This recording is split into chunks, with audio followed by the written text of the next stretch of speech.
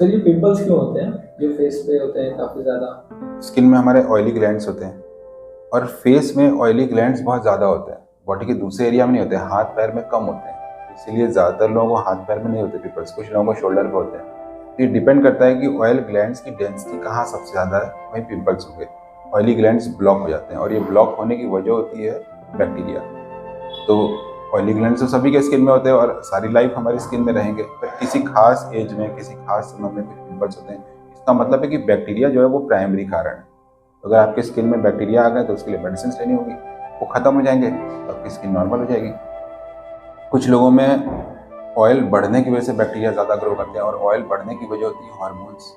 जैसे कि फीमेल्स में अगर प्रोजेस्टेरॉन बढ़ रहा है या फिर एड्रेनल एंड्रोजन, ये दो हार्मोन्स ऐसे हैं इसके बढ़ने की वजह से ऑयल ज़्यादा बनने लगता है और उस ऑयल ज़्यादा बनने की वजह से बैक्टीरिया ज़्यादा ग्रो करते हैं। इसीलिए कुछ लोगों को प्रेगनेंसी में ज़्यादा होते हैं या फिर हार्मोन्स वाली टैबलेट लेने पे पिंपल्स हो जाते हैं। और इसके अलावा कुछ मेडिसिन भी होती हैं, कुछ ऐसे मेडिकेशन आप ले रहे हैं और फिर आपको दाने होना शुरू हो गए, तो ये उन दवाइयों की वजह से हो सकता है।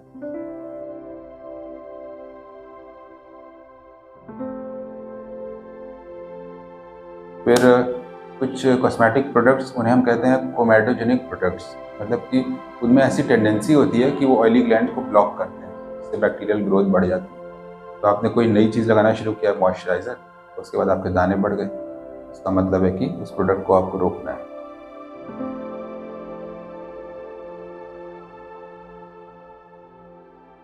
फिर डाइट का भी रोल है। अगर आप बहुत ज़्यादा ऑयली स्पाइसी फूड खा रहे हैं, इसकी वजह से होता है। एनवायरनमेंट का फ़र्क होता है, बहुत ह्यूमिडिटी का मौसम है, ह्यूमिडिटी से जो डक्ट होती हैं ऑयली ग्लैंड की वो थोड़ी सी फूल जाती हैं और फिर ब्लॉक हो जाती है। और ह्यूमिड मौसम में बैक्टीरियल ग्रोथ भी ज़्यादा होती है, यीस्ट ग्रोथ ज़्यादा होती है। तो कुछ खास मौसम में हमें लगता है या फिर कुछ खास डाइट के समय हमें लगता है या फिर कुछ खास इलनेस के समय हमें लगता है कि पिंपल्स बढ़ गए। तो ये सारे रीज़न है। तो प्राइमरी रीज़न है बैक्टीरिया का होना। तो अगर बैक्टीरिया नहीं होंगे तो आपको पिंपल्स नहीं होंगे, भले ऑयली ग्लैंड से वहाँ रहेंगे, ऑयल बनेगा फिर भी नहीं होगा।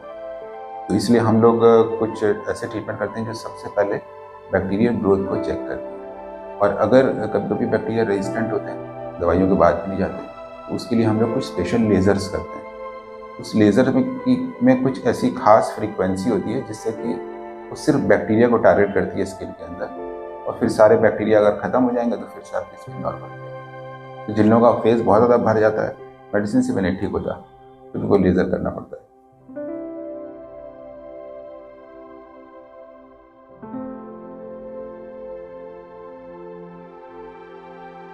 अगर थोड़े बहुत हो रहे हो तो आपको बहुत फ्रीक्वेंटली वॉशिंग करना पड़ेगा, बार बार वॉश करिए ताकि जो एक्सेस ऑयल बन रहा है आपकी स्किन में वो हट जाए और जो पोर्स हैं वो थोड़ा सा ओपन हो जाए।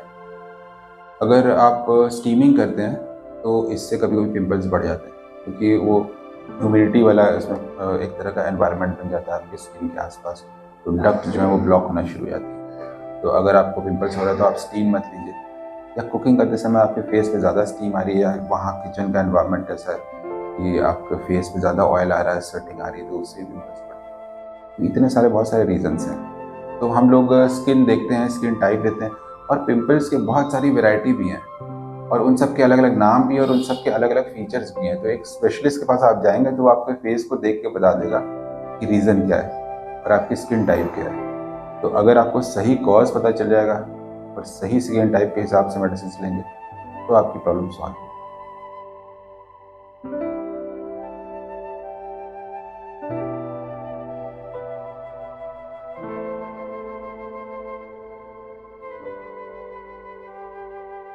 जो जनरल एडवाइस है जो होम रेमेडीज़ में, उसमें हम ये कह सकते हैं कि आप फ्रीक्वेंट वॉशिंग करिए। कुछ लोगों को नींबू वगैरह लगाने से फ़ायदा होता है, उसमें जो एसिड्स होते हैं साइट्रिक एसिड, वो बैक्टीरियल ग्रोथ को कम करते हैं। और वो एसिड जो केराटिन प्लग्स होते हैं, पोर्स के अंदर प्लग बन जाते हैं, इसकी वजह से ब्लॉक हुआ है, उस ब्लॉक को भी खोलते हैं, तो उससे ऑयल का फ्लो नॉर्मल हो जाता है, बैक्टीरिया कम जाते हैं, ठीक है। ये होम रेमेडीज है जिससे कि ठीक होता है। लेकिन अगर एक दो है तो ठीक है, ज़्यादा हो तो ज़्यादा डिले नहीं करना चाहिए, क्योंकि जितने बड़े हो जाएंगे अपने, फिर वहाँ पे वो निशान बनाएंगे और ये बार बार रिपीट होगा, तो कुछ एज के बाद आपके बहुत सारे गड्ढे और पोर्स बन जाएंगे। फिर जब वो स्कार्स बन जाएंगे तो उसके लिए अलग लेजर्स होते हैं, उसको जो बोलते हैं CO2 लेजर, उससे फिर उन स्कार्स को, एक्ने के गड्ढों को भरा जाता है। वो सेशंस लेने के बाद फिर स्किन स्मूथ होती है। तो शुरू में ही प्रोफाइलेक्टिक तरीका अपनाना चाहिए। शुरू में ही थोड़ी सी प्रॉब्लम हो तो कंसल्टेंट से मिलकर कोई मेडिसिन को ले लेना चाहिए।